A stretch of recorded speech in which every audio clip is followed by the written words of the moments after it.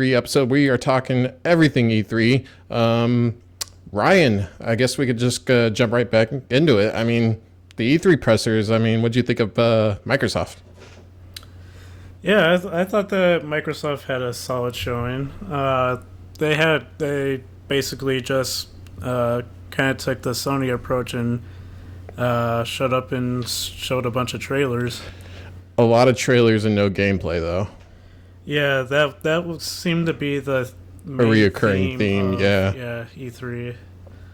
You know what? I mean, Microsoft was good, but I just don't think it didn't carry weight to me, and I don't know if it's anything Microsoft did. I think it's just because there was no Sony, and I think Phil Spencer even commented. He made a comment to some publication, I can't remember which one, but he was just like, he's like, man, I mean, I miss Sony. There's a certain bravado rivalry between those two companies, and every year at E3 it's like, oh, who's gonna have the better one? Oh shit, they're both kind of good. So yeah, there definitely was expectations going into E3 this year, because everybody thought that they would be bringing the heat with showing some of those exclusives that their newly purchased studios were working on, and they did show Ninja Theories, but us and 343s, but outside of that, not really. Yeah, I mean, we got a glimpse at the new Halo, which was cool, and we kind of got a little bit of a story teaser. But I kind of read that this is like a spiritual successor to Halo. So I don't know what that really means. Is that like a rebooting of the franchise? It didn't really seem like a rebooting of the franchise because they were calling back to past games. But I didn't really understand when I heard that it was a spiritual successor to past Halo games. Why wouldn't it just be the next Halo game? Why would it be a spiritual successor? I don't understand. Yeah, I don't know. That's another reason why it was really disappointing that they didn't show any sort of gameplay for the game. Yeah, I mean, we didn't see a lot of gameplay for anything, to be honest. Not even Cyberpunk. I mean, it was a gorgeous cinematic trailer, and it was pretty awesome that Microsoft was able to work with CD Projekt Red and, premiere that part of the game, or that story set up for the game, but it was no gameplay, and all the gameplay was behind closed doors, which I'm sure we'll see eventually, but probably not till come fall around Gamescom time. Yeah, actually, they announced that they won't be showing it until PAX East, or what was it? PAX Prime. PAX Prime. Yeah, that's the one in Seattle, I think. Yeah, so we won't be seeing that until August.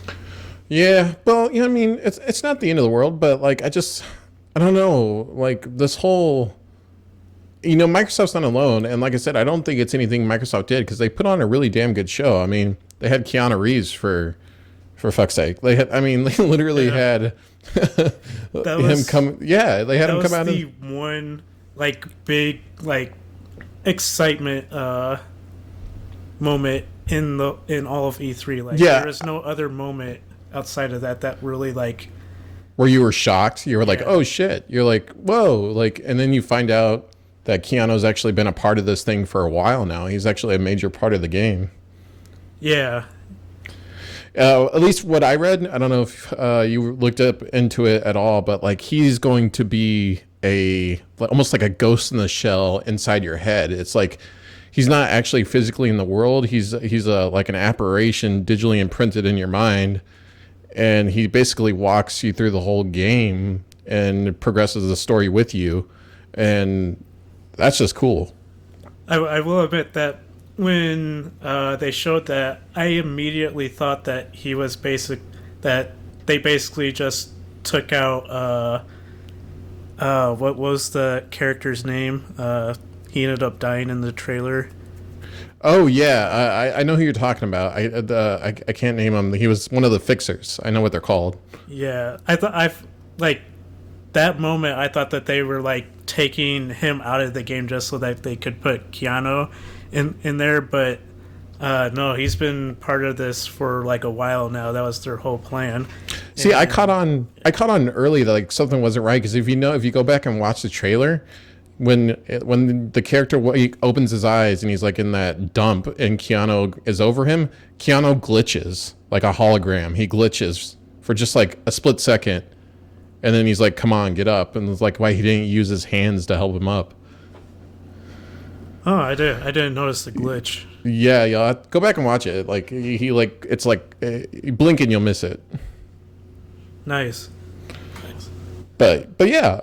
So I mean, it's we didn't see much of anything that they announced last year. There was no Skull and Bones. There wasn't any like I was expecting like updates to a lot of the announcements from last year's show, and there wasn't any. And Microsoft's not alone in that, or anything that was shown. You're just kind of like I can't tell you how many times I like shrugged my shoulders and I was like, eh.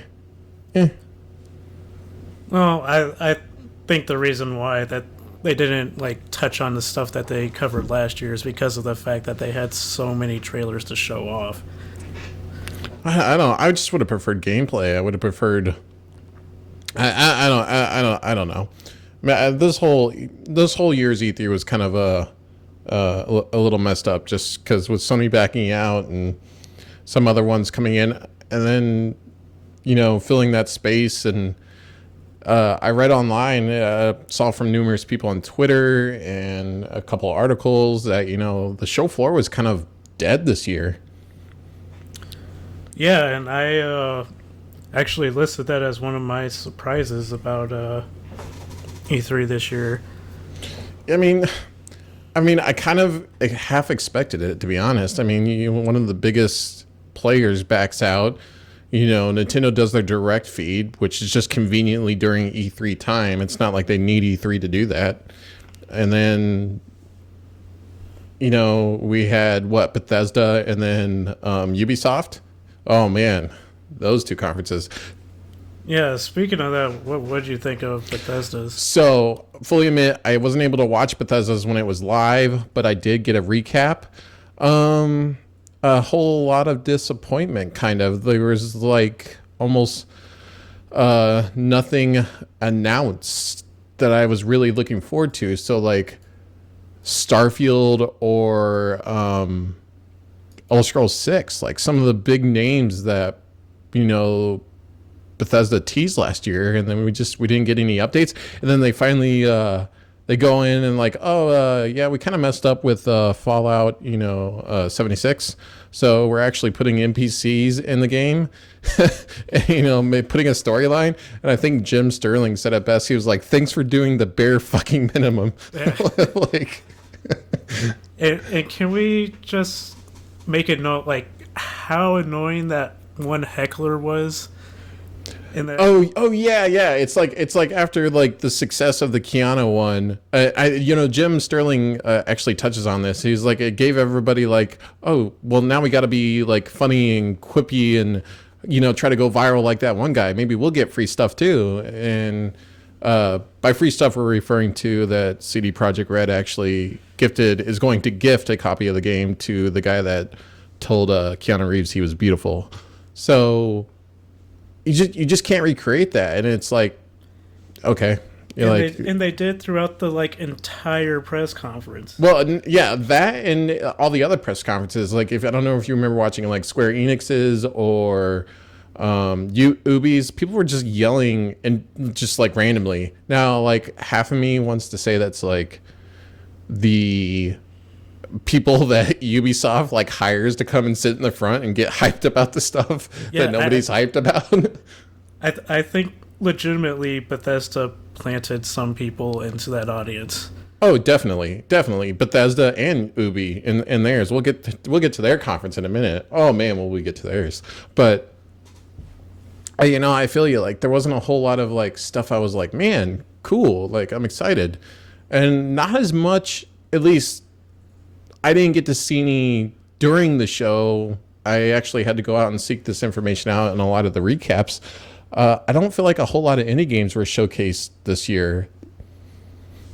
Oh yeah, it was lacking in some like new IPs and all that, but I think that they were pretty much just keeping that close to their chest and everything for next year because of the fact that we're getting that next generation. Right. Everything.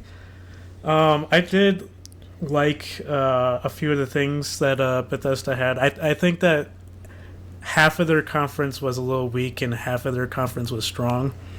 So they did show the Wolfenstein games, the Youngbloods, and Cyberpilot, I believe that was. That game's looking cool. I mean, I don't know if you ever played the other Wolfenstein games that were by Machine Games before. If I'm not mistaken, Machine Games is actually based out of Prague, and they do amazing work. I mean, I've really enjoyed the last few Wolfenstein games. There's actually a lot more story to them than just, let's kill some Nazis. They created depth behind these characters, which was kind of cool. I've always been interested in playing the Wolfenstein series. I just have never gotten around to it. They keep on coming out at like bad times for me. So I just end up missing them. That's pretty much March next year for all of us. So what's March got next year? It's got Cyberpunk. It's got Final Fantasy VII Remake. The Last of Us may be coming in February too. Yeah. It's just like, oh, cool. Like another reason to just become a recluse and just not come outside for 3 or 4 months. But you're still working on that Assassin's Creed game, dude. Like I've like stopped doing all the side stuff, and I'm like hyper focused because like it's really easy to get distracted in that game, like most open world games. But like I'm not going for that vantage point. I'm not going for that sync point. I'm not doing that side quest that's bugging me. Like, I'm just trying to do the story missions, and it's not helping that I got sucked into the Division 2 with a few friends, and I'm having so much more fun with that because it's not a fucking Assassin's Creed Odyssey. But it's just like, I've already dumped 50 hours into Odyssey, and I'm like, I have to beat it. Like, I have to. Like, otherwise this was all for nothing. Like, I feel that you got the obligation. Yeah, like it's a gamer obligation. Like I have to do it. Like I don't even want to do it anymore. And it's not a bad game. It's just like it's hard to commit that time, 50 hours to a single game, and you're just like, okay, it's cool. I mean, I'm probably going to do that with Cyberpunk. Let's be real, but I feel like Cyberpunk is just going to be one of those games that just keeps on giving. Yeah, I'm ready to just like bunker down and just play the heck out of that game. So we can move on to Boobies press conference. Or is there anything about Bethesda? I do want to point out, like, both Deathloop and Ghostwire Tokyo, those games looked amazing, pretty much. Yeah, it's definitely different. I'm excited to see Arcane, who's done the Dishonored series, kind of branch out from Dishonored. I mean, that's kind of what we know them for, and it was kind of cool to see Deathloop. So I'm excited. It seems like Arcane Studios has a thing for assassins. Well, yeah. They're probably going to make the next, they can't, but Assassin's Creed, but But yeah, I mean, I'm excited. And I tried to look up some info on Ghostwire. Not a whole lot out there. The trailer was just kind of like the teaser for us. Like, you kind of don't know what's going on, but you kind of know what's going on. You're kind of getting the vibe of this. Like, something's really wrong here. Yeah. For what we know that it takes place in Japan and Tokyo, most likely. And like people disappear. And it deals with the supernatural. It reminded me of all the stuff we've seen for Death Stranding. Just kind of like uneasiness. Like you can't point your finger on what's wrong, but there's definitely something wrong. So what I was thinking when I was watching this was that MMO that dealt with like basically fighting like urban legends and everything like that. Do you remember? Do you remember that? Vaguely. Yeah. So there was an MMO that basically dealt with dealing with urban legends and everything, and trying to pick a squad between like the Illuminati and like other secret organizations and everything. So that's what I was kind of thinking when I saw that. I know it has nothing to do with that, but like I have a feeling that like it's gonna try and take like popular urban legends in Japan, and maybe like you'll fight those, maybe, or Interesting. Isn't there the guy behind that isn't he a pretty popular Japanese game designer who I saw Twitter kind of like going crazy over his apprentice. I can't recall her name, but she's basically been kind of like under him for a while, just studying, and then you mean the woman that came out during the intro of that? Yeah. She was a Japanese lady. I can't remember her name though. But apparently like it was like a lot of people were excited because she's kind of like taking the front reins on this game, and he's kind of like passing down the torch basically. Really? I didn't hear that. Yeah, and I'm pretty sure it was for Ghostwire Tokyo. I could be completely wrong, but I'm pretty sure. I need to look up her name. While I Google that, the game that nobody asked for, Blair Witch. It's like, what? I can't remember when that premiered. Was that during Xboxes? Yeah, it was during Xboxes. God. I mean, it looks kind of cool. It looks cool, but at the same time, I feel like that game's like 20 years too late.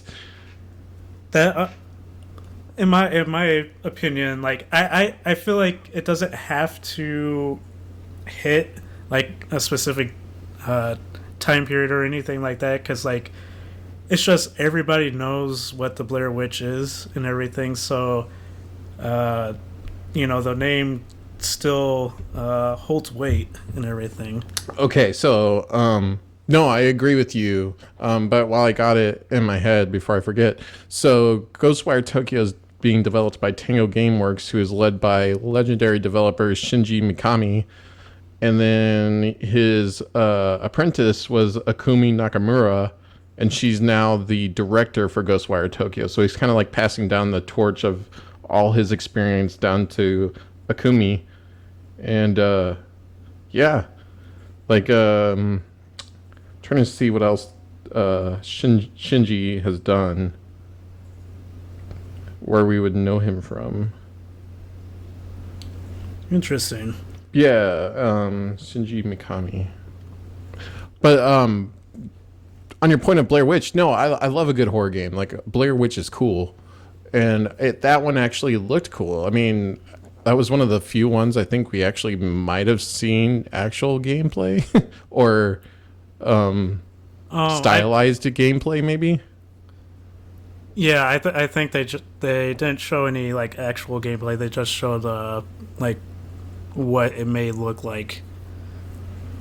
But I don't know. They may have showed something during Jeff Keighley's E3 Coliseum or something. Oh god, I feel stupid. So Shinji Mikami started his career at Capcom and went on to direct the first Resident Evil. So that's who Shinji is. So he also directed Vanquish, which I remember. That was actually a really cool game. The Evil Within. Yeah, I forgot he did that. God Hand, Resident Evil 4, Dino Crisis. Love God Hand, by the way. I don't think I ever got to play it. And then, but yeah, so the guy's been around for a hot minute. Like, wait, did you say that he did Void? No, Vanquish. Okay. Which I think was Platinum Games. Gotcha. which I remember playing, which was actually a really cool game. The combat system was actually pretty in depth. But yeah, well, cool. But apparently Akumi's been studying under him for a while, or working with him, and he's kind of given her Ghostwire Tokyo as pretty much with his influence, but her direction. Yeah, and it looks very promising. Yeah, I'm excited, especially with that pedigree behind it. So, but yeah, Blair Witch. I'm probably gonna play it. Hopefully. I will not be playing it. I will be watching somebody play it. See, I like playing horror games though. Like the new one by the guys who did From Until Dawn, Ghost of Marine. Is that what it was called? Oh, Man of Medan. Oh, that's what it was. So that looks cool too. I mean, Yeah. I don't think there's that a really good influx of well produced, tense thriller horror games. So, and the Blair Witch has a lot of good content to pull from. There's a lot of history there, from the movies to, I'm sure, books and online, comics, all that good stuff. So, and then on to Boobies press conference. That Just Dance segment, though. Oh god. People were knocking on it, but I'll give it to Ubi for just going out there and being like, we're still gonna do this. Like it might be silly, and you're probably gonna make fun of it, but we're still gonna do it because we don't really care what you say. So I guess that's their thing. Give them credit for doing something different. And I will say I've personally met a few people who work for Ubisoft, and they always seem really happy with their work. Like it seems like a company that like may not follow the trend and doing a lot of things the way some game companies do. They seem to really take care of their people, and that passion kind of shows in their games. Lately, at least. With Assassin's Creed, I mean, it's such a large scoping big game that couldn't have been done without people who are passionate about what they do. But I think one of the biggest announcements that caught me off guard at the Ubi show was the announcement of Mythic Quest, the TV show about game designers. It's basically like Silicon Valley, but for game designers. Yeah, that was a really weird segment. I felt like that should not have been like in the middle of that conference. Like that should have been like a footnote. Yeah, like a normal like press release when people announce new TV shows. I don't know if it really had a place at a conference, at a trade show, mocking what people do for a living. I mean, it's satire and it's comedy, but at the same time, I mean, I don't know. I mean, I don't know. I might give it a shot just because it's by the guys who've done Always Sunny. So, but at the same time, I know I could see that just tanking really badly. Yeah. And like Ubisoft's whole press conference for me was just off. Like there's nothing interesting to me at all that they mentioned, and like the pacing was weird. The decision to show Mythic Quest. They showed Mythic Quest, but they didn't show anything about Beyond Good and Evil 2. Yeah, they did. They did a stream like before E3, showing off like a bunch of stuff. I don't know why they didn't. Right, it's like one of your biggest franchises that you're working on that people are excited about, and it just gets like I said, man, this E3's was weird. Yeah. It's definitely going to be much better next year and everything, but like, yeah, this was kind of a strange E3. Yeah, it just... Anyway, so next on the list is Square-Enix. What did you think of their show? I mean, I watched it, and I was really excited to see the Final Fantasy VII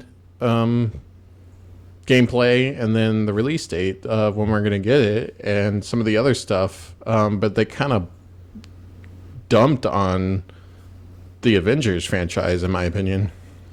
Yeah, I thought Square Enix had an interesting presser. It was good to see like all that gameplay from Final Fantasy VII. And Leave it to Square Enix to actually show us gameplay out of all these. Like, yeah, and it was a lot of gameplay. no, and it was actually a really deep dive into how the combat system works, and how these things are going to play out from this game that we all played and remember and hold so like fondly in our memories. So I'm actually really stoked for it, and then to see that they're really just giving it the love and attention it deserves, and they're just trying new things with it. I mean, it's cool.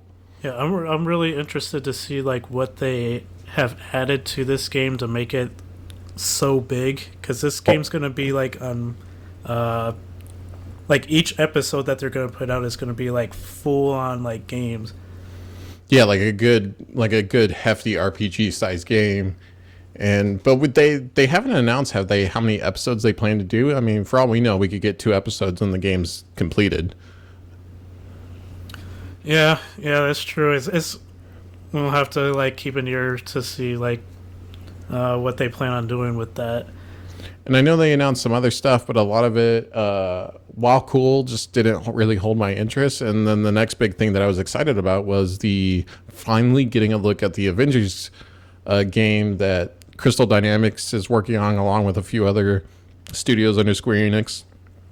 Yeah, I think we were all interested in like trying to see what they were up to. Man, like it just feels off. It doesn't feel doesn't feel right about it.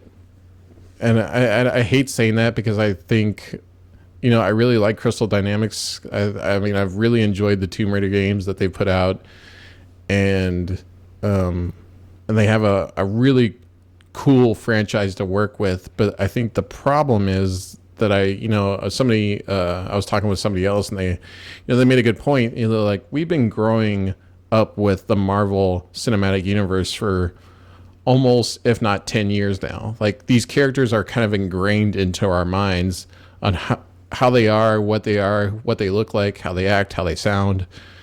And the ones they showed, just like it's like imposter syndrome. Like, you're looking at it and you're like, okay, yeah, that's Tony Stark, but that's not Tony Stark. They look like the stunt doubles, basically. Right, basically. And you're just like, they're just enough like the Marvel Cinematic Universe versions of their characters, but just also not enough like them. It's like that uncanny valley thing. You're looking at it and you're going, I don't know. It just doesn't feel right, man. Like, it doesn't feel right. Yeah, I understand why they wanted to like try and go for like a different look, since it's not like part of the MCU, right? And everything. But like, they could have went with like the comic book like versions of these characters, and they don't even look like the comic book versions of the characters. And was it me, or did this game not look that great? Like, no, it looked muddied, kind of. Yeah, it almost looked like Black Widow's hair wasn't animated. Like, it was like very stiff, and you're just kind of like looking at it and you're like, this doesn't look like a current gen title. And that's what surprised me the most, given like how impressive the Tomb Raider games look. Yeah, it's very bizarre, and I don't know if it's something to do with behind the scenes that we're not aware of, kind of like how BioWare was with Anthem. I don't know. It's just enough of it seemed off, and then like the villain was kind of boring. Oh, it's a bunch of bad dudes in skull masks. Oh, okay. Oh no, they just blew up San Francisco and the Avengers didn't help, and now everybody hates the Avengers and Captain's dead. And you're just like, really? And I mean, like, getting this after we got a superb Spider-Man game is just kind of like really highlighting like what a good superhero game is versus kind of like It's And, just not hitting what we expect. And we could be completely off. We could actually, when that game comes out and we play it, it could kick ass and we could just look like idiots. But Exactly. but it doesn't look good. That's all I'm saying. And I hate saying that because I know how hard these developers work on this stuff, and it just, I don't know, man. Yeah. And like, I was also disappointed that they didn't mention at all about Babylon's Fall. I actually had to look that up because I almost did it. I almost forgot about it from last year's announcement. Yeah, I was really interested in getting to know more about that game because they didn't really show that much last year and everything. So I thought for sure that they would elaborate on that, but nothing. It was complete silence. Right. I don't know, man. I don't know. I'm hoping for the best, but I'm expecting the worst. Let's just say that. Yeah. And then let's touch on the next topic: the reoccurring theme of all the subscription services we're gonna have to pay for to get all these games. That's kind of like where the industry is like, ooh, that's how all the publishers are like, ooh, money every month, yes, please. So this is like a worrying trend to me, because I mean, just think about all of the subscription services, not just games, but like everything that you subscribe to. That all of those subscriptions add up, and you're just spending a fortune, basically. Right. It's and it's not like Netflix where you can kind of just easily digest this stuff in like an hour or 2 hours. Games take a long time to play, and I think it's easy to lose sight of like, oh, I have access to 250 games, but like you're not going to play 250 games. I mean, maybe you are. Kudos to you if you can. I don't have that kind of time. So like it's easier for me to be more choosy when it comes to the titles I play. And what I devote my time to. And I think when we have an all-you-can-eat buffet, it's going to kind of get a lot of like other titles may get lost in the, in the chaos of it all. Yeah, and like the thing is that like subscription services on their own in like a vacuum are not bad. If you belong to like one or two subscription services, like you're probably going to get like a good value out of those subscription services. Yeah, however, especially if there's a lot of games coming out from that publisher that you're looking forward to. Yeah.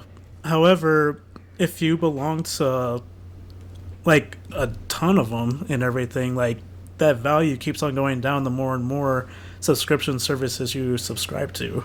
Yeah, I kind of personally like the the a la carte that kind of like Steam does, or the kind of thing like this basic Stadia subscription is offering, where you get access to play your games anywhere, but you still have to buy them individually. Yeah. It just makes more sense to me that way. Or, I could be completely wrong, and like subscription services are the future. Yeah. I mean, like, that's why like Netflix was such a big deal when it became big and everything, is because it combined like everything all into one place. But when like all these other subscription services started coming out and everything, Netflix started losing some exclusive content and everything like that, and it's competition, basically, which is always good for the industry and the customers, but our players in this matter, but our players and customers.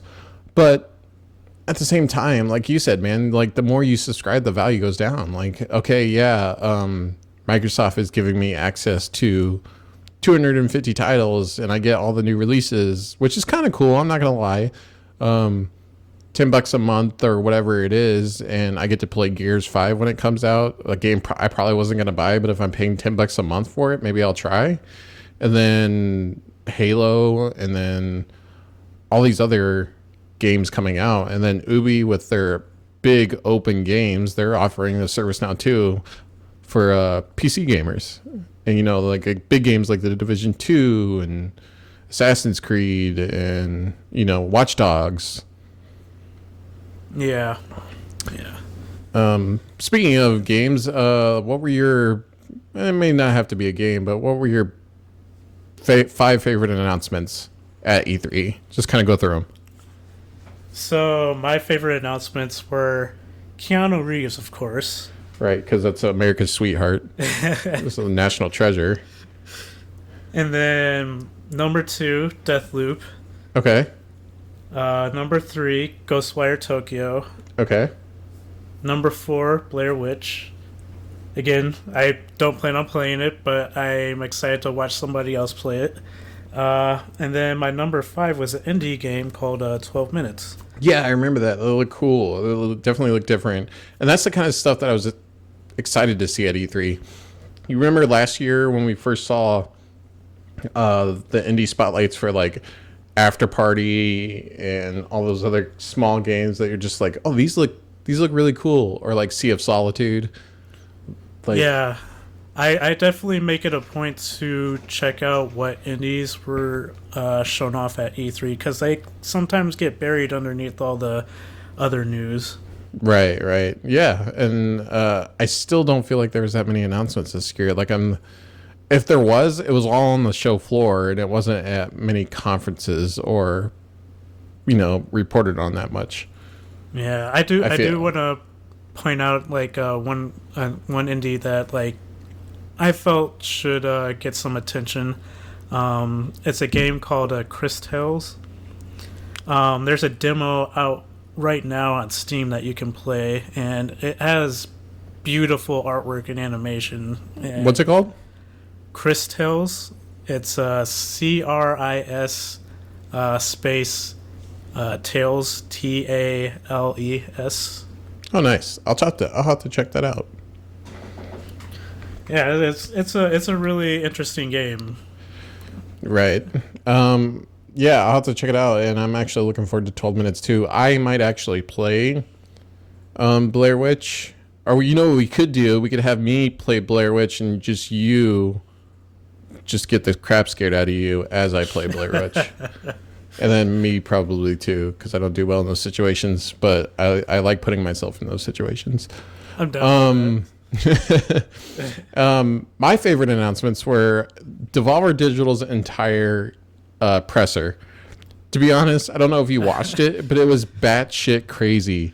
It was like it felt like it should have belonged in the 90s. It felt like they were fully self-aware of how absurd some things are about game publishers and press events, and they just went all out. I mean, there must have been so much fake blood wasted in their presser.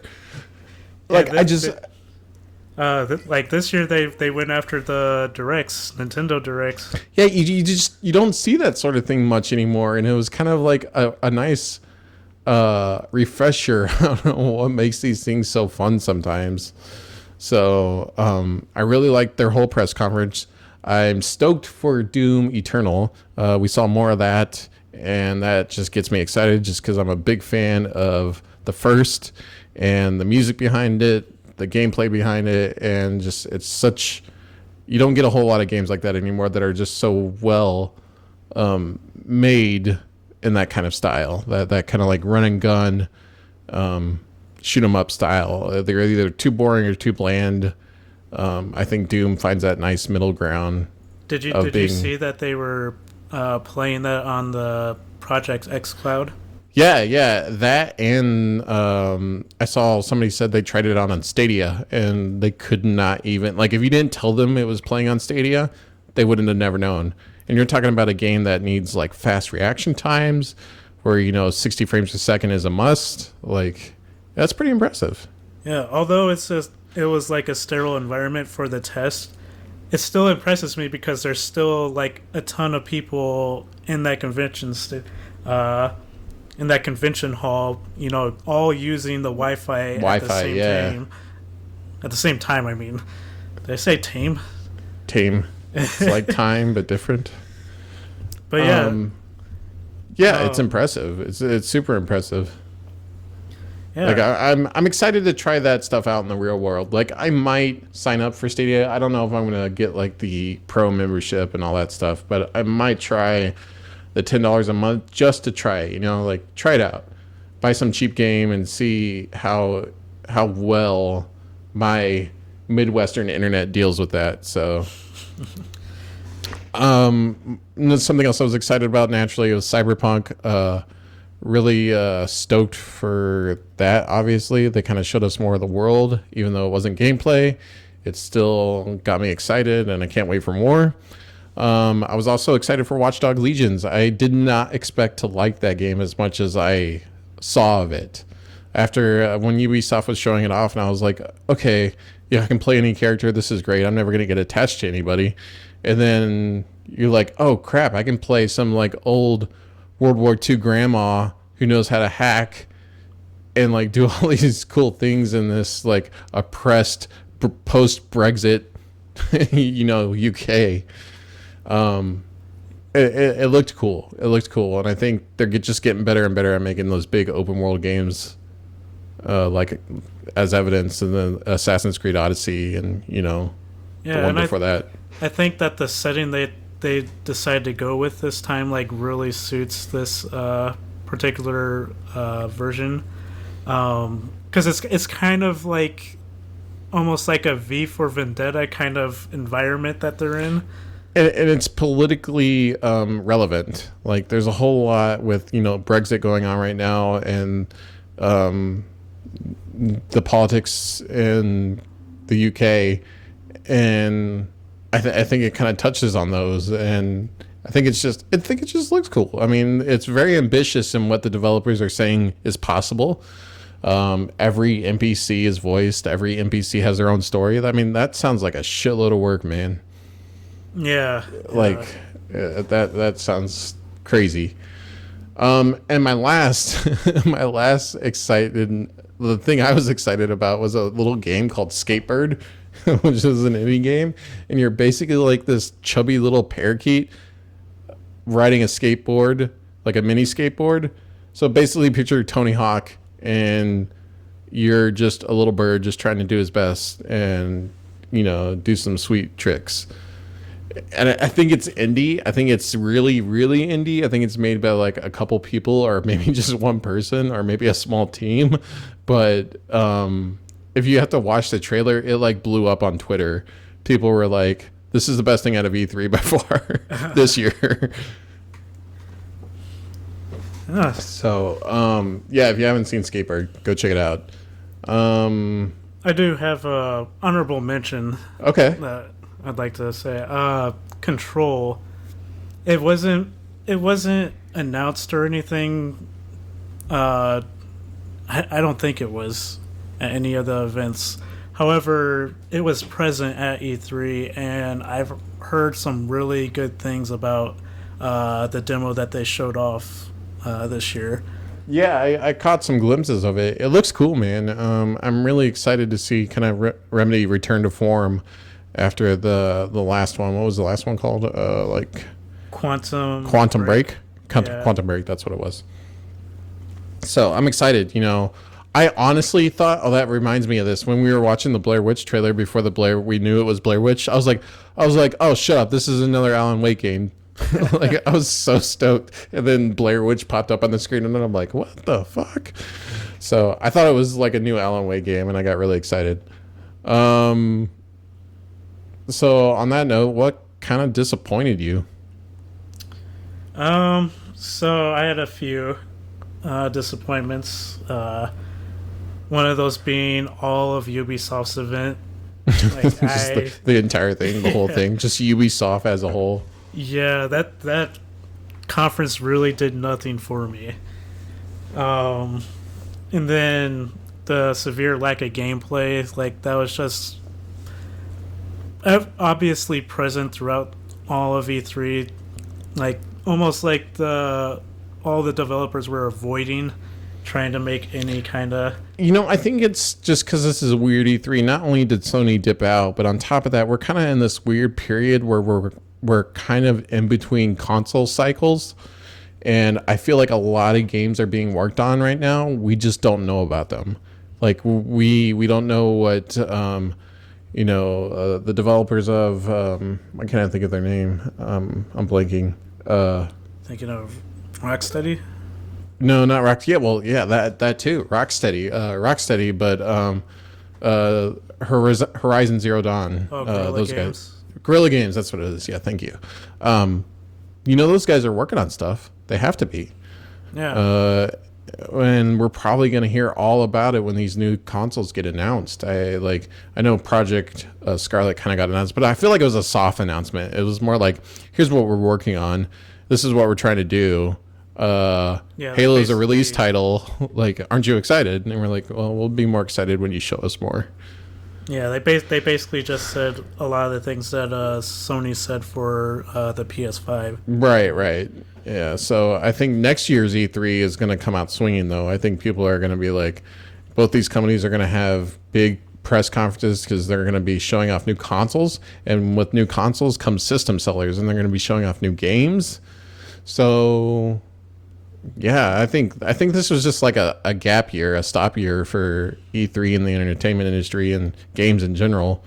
Because Sony's basically announced everything they're working on, man. Like, we know Death Stranding's coming. We know The Last of Us is coming. We know, like, Ghost of Ishimura is coming. We know all these cool games are coming. Tsushima, that's all right. Yeah. And, like, you know what I mean? Like, we all know it's coming. So, like, what else do they have to show? All the stuff they can't show yet. Yeah, I completely agree. And that leads me to my third disappointment was this may be a controversial pick, but I was disappointed with the Jedi Fallen Order. Like, I would agree with you in the sense that the gameplay demo wasn't very impressive, but I have a feeling that Respawn is holding a lot back from us. At least I hope they are. Yeah, I hope so too, because I kind of agree with what Jim Sterling said, in that it was a weird vertical slice that Respawn decided to show off, because they did show some of the combat and everything, but a lot of that demo was just traversal, just you making your way through the map. They haven't showed like any actual like set pieces or anything. Yeah, it felt like just like a normal portion of the game. Like if somebody was, on Twitch streaming it, and you're like, okay, I can look away for a minute and I'll just have this on in the background. It wasn't like super exciting. We saw the quality. I mean, it looked great. It seemed like it played smoothly. We saw the movement and the combat, but you're just kind of like, eh. I hope it like there's some. The Star Wars universe is too big and epic to be that straightforward and mundane. Yeah, it's basically just I expected a little bit more. Yeah, I totally agree. I don't really have a whole lot. I honestly wasn't expecting much this year just because after Sony dipped out. I think I expressed them earlier. I was kind of bummed that Bethesda didn't announce any new details on Starfield or Elder Scrolls 6. And I knew Elder Scrolls 6 was a long shot because they just said that game's after Starfield. So I knew there's probably almost nothing they're going to show. But I half expected maybe like a cinematic for Starfield. If we weren't going to get a gameplay trailer, at least we could get a cinematic. And we didn't even get that. And then... yeah, man. I mean, that was pretty much it. I was kind of bummed. There was a lot of those rumors earlier in the year, if you remember, about it maybe a new Switch variant, like a Switch S or something, like a new version, maybe better battery life, higher res screen, or maybe an OLED screen or something like that. And that kind of wasn't talked on either. Just kind of like it would maybe Nintendo saving it for next year when. Sony and Microsoft come out swinging too. Maybe it's another E3 of all new consoles. I'll tell you what happened actually there. So when they were actually working on two versions, more like affordable version and then an elite version. However, the OS that they used for the Switch didn't play well with like improved hardware and everything, so they basically had to delay the elite version and I don't know what was going on with the affordable version, but Do you think they'll delay it till next year? Because I think that's what they're going to do. If they know Microsoft and Sony are coming out swinging with new consoles, Nintendo doesn't want to be left in the, out of the spotlight. They're going to be like, oh, we have this new Elite version of the Switch. Check this out. well, I think that Nintendo wants to get new hardware out there as soon as possible because of the fact that the sales were starting to slow for Switch, and they want to keep it strong, Right. and everything. So I believe that they'll try to get at least one of those new versions out before the end of the year. But probably not. Maybe not both of them, but I think one of them. Maybe like the affordable one for holiday season so all the parents can get them for the kids, and then the Elite version for the working adults who still can afford a $350 Switch console probably. Yeah. So So we'll close this out with what surprised you about E3? So, like we mentioned before, the Avengers surprised me. It didn't. But in a bad way, right? Yeah, it surprised me in a bad way. It's just one of those things where it's the franchise you guys had to work with. Maybe you guys should have just paid for the licenses to, use Robert Downey Jr. and Scarlett Johansson and Mark Ruffalo. You probably should have just paid for it. and the fact that it has a single player story, but it's also a live service at the same time. Yeah, games as a service type deal. You're kind of when they were talking about all our content is not pay to win, and I'm kind of wait, what? I don't understand. Yeah. So it's a kind of confusing. It's a kind of confusing monster right now. Also, people were rightfully upset that Hawkeye was left out. And then they're like, oh well, we'll be adding other characters down the line. We have a lot more to announce, and people are like, sure. Yeah, Hawkeye, they did show Black Panther very briefly, and then Ant-Man. Yeah, I don't know, man. I'm trying to give it the benefit of the doubt, but I'm struggling here. Yeah, but other than that, E3 attendance was down by a lot. Yeah, you know what? I'll say that one surprised me. I was genuinely surprised by that. I knew, Sony was dipping out, and they might have seen a not as big of an interest and push for E3, but just to see some of the pictures coming out of the show floor, when you and I went, we were bumping shoulders. We were basically breathing other people's air. Yeah. And then when we're seeing these pictures of wide open floor space, we're like, huh. I do believe that that's partially linked to the fact that there wasn't near as many playable game demos this year as there was in previous years. Maybe so. Maybe people just weren't sticking around the floor as long because they had nothing to play. Yeah. But yeah, for me, there was a few. I was really surprised that Watch Dogs actually looked fun to me. I completely wrote off the last game, not because I think it looked bad or it didn't look interesting. I was I have other things I want to play, and those took priority over the last Watch Dog game, and I never got around to it. So I was really surprised when I watched this trailer or the gameplay demo. I was like, okay, I can see myself playing this and actually putting some time into it. Another one was Microsoft just coming out, full swing with a new Microsoft Flight Simulator. What? What? Yeah, it's an interesting choice that they decided to use their Azure network for that game.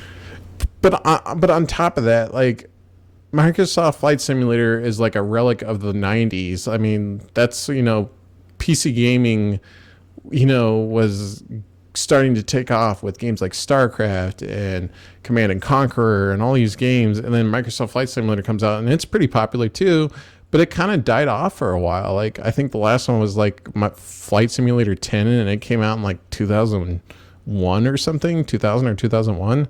And then they just kind of stopped making them, and then here we are, 2019. Hey, we're gonna show this at E3, and it's coming out for the Xbox too. And you're Okay, cool. I mean, I'll probably play it. Who am I getting? I'll probably fly some planes. So their marketing's working, obviously. And then one of the weirder things to happen was, I guess, Dr. Disrespect, who is a big-time Twitch streamer, decided it was a great idea to live stream in a bathroom, which I guess is against California law and obviously against the rules of E3 and Twitch's, code of conduct. So he was banned from Twitch and he had his badge taken away and kicked out of E3. Like, smooth move. Yeah, I don't know what it is with these Twitch streamers, and they're always like putting their livelihoods in jeopardy like this. That doesn't make sense to me. He's probably made enough money at this point. Like, he could probably retire and not worry about it. He's probably not really that worried about it, to be honest. On top of that, creating controversy is one way to get really popular. And if he gets reinstated on his Twitch account, he's going to be ever more popular again. So yeah, he's lucky he didn't get sued because somebody. Yeah, weren't there kids in the bathroom and shit? Like, that's weird, man. Like, don't be live streaming when there's kids in the bathroom, or when anybody. Don't be live streaming in a bathroom in general, but especially when there's kids in there. Privacy, man. Gotta respect it. And then my biggest surprise, other than Keanu Reeves obviously being at the top, like, he takes the number one slot because he's just so cool, and I can't wait to play Cyberpunk. But the second, right under that, I got to be honest, is Skatebird. So excited for Skatebird. It just looks like a good time waster. I can't wait to play it. Like, seriously, go watch the trailer. It's like one of those janky games, right? So it's like, it reminded me of Katamari Democracy and heck, what's it called? Human Fall Flat. It's like, it's kind of janky. So like the animations aren't exactly like smooth. So like this bird will try to do a kickflip and just fucks up, and then like the animation doesn't make sense, and it's a fat little bird with a hat on, and you're just dude. That sounds like a you game. I'm serious. Like, I can play this for 10 minutes before I gotta go to work. It's great. But yeah, that pretty much wraps up the show. We're glad to be back. We'll probably have some more news for you next week. Maybe even some guests. Ryan, where can people find you? So you can follow me at on Forbes. I write for Forbes and I write for Inverse.com. Feel free to check out my articles, or you can follow me on Twitter at Ryan McNeil24. For me, you can find me not on Forbes and not on Inverse. I basically do this podcast, and you can follow me on Twitter at Writer of Brohan. That's Writer with a Y. And we'll talk to you guys next week. See ya. All right, see ya.